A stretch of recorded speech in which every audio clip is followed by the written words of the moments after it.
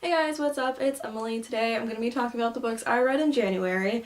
So, January started off as, I don't really know. I had literally just finished reading the Throne of Glass series, and, well, it's not like a finished series, but I'm caught up, and it kind of ends on a cliffhanger, so I started kind of going in a slump, and I kind of felt it. So, like, right after I finished it, I knew I was going to go into the slump, and so I started, I kept reading, and that resulted in kind of this slump of just a mix between hangover and a burnout, which is not good.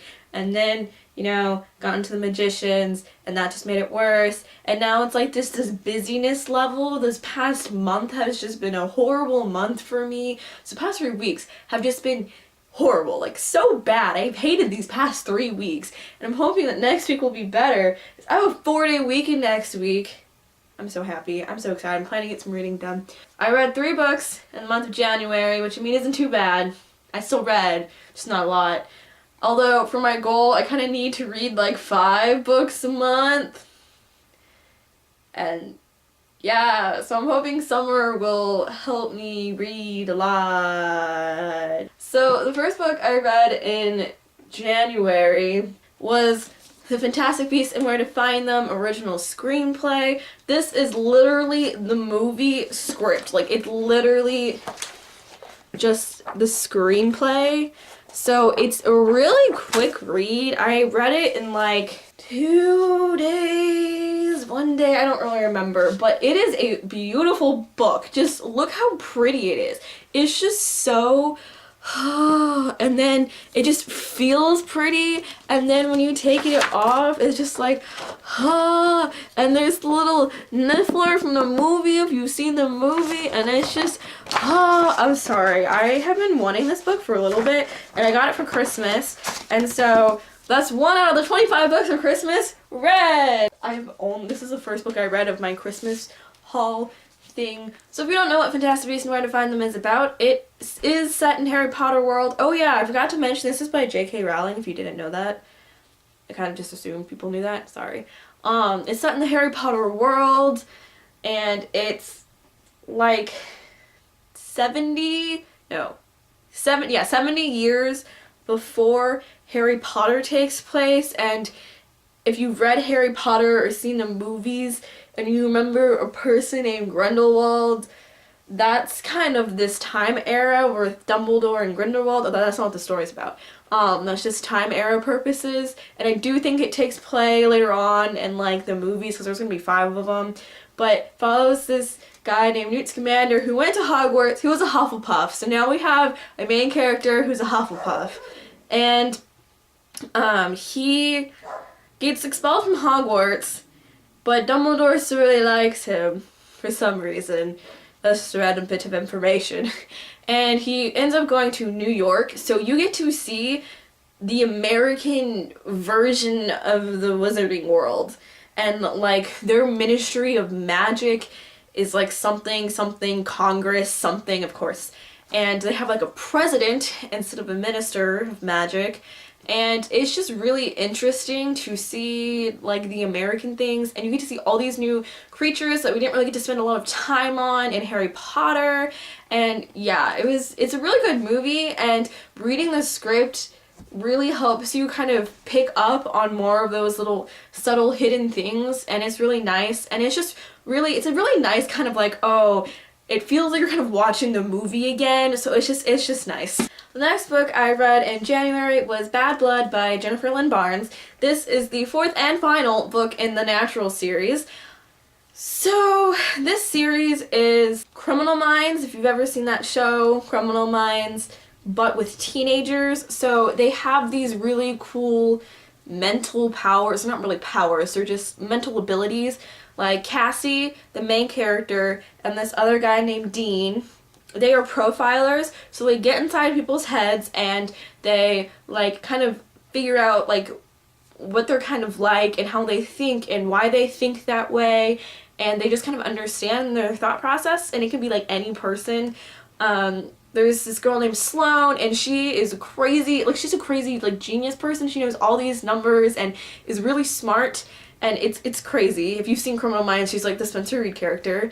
Then there's Leah, who can tell if you're lying. Like, you can literally give her a multiple choice test. She will get 100% no matter what the topic is, because technically one's a truth and the other are lies. I don't really understand how that works, but she can do that.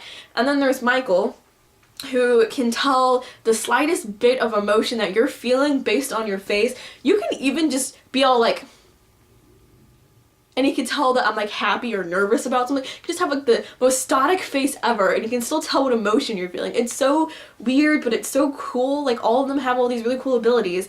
So and they're all teenagers. So the FBI finds all of them, kind of recruits them all, puts them together as a team, and they hunt down serial killers.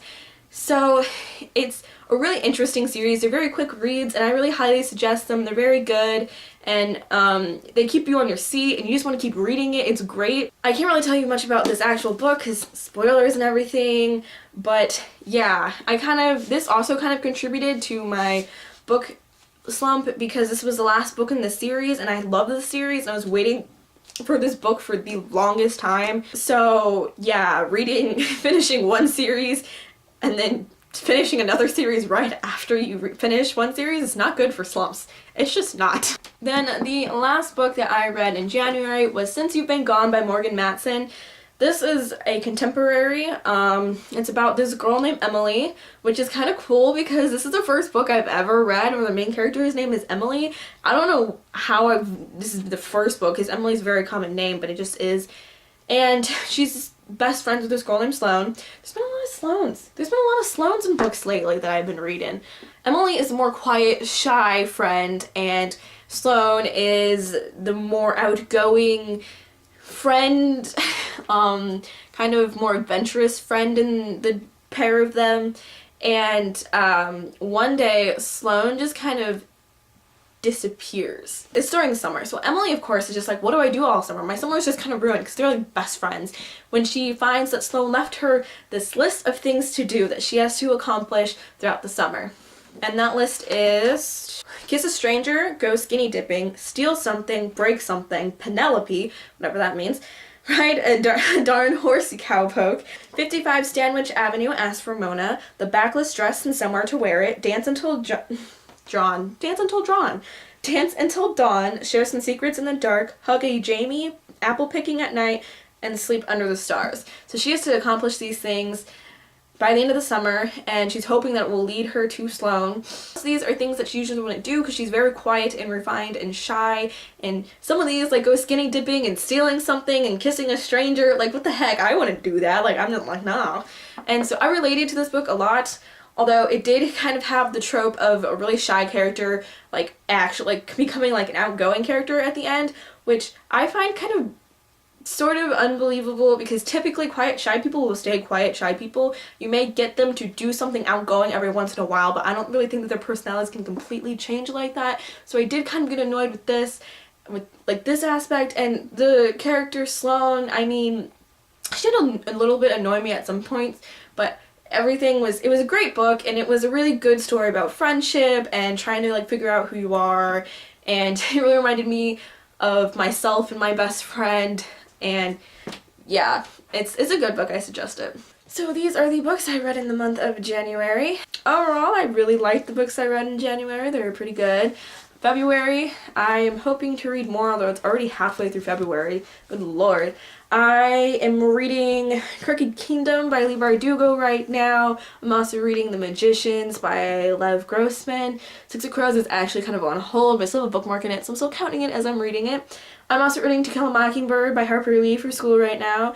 And then I need to read a book called Don't Look Back by Jennifer L. Armentrout. And then I also need to read a book called Pride and Prejudice. I don't know if you've ever heard of it, but I have to read it sort of for school. So yeah, thank you guys so much for watching, and I will see you whenever I make a new video.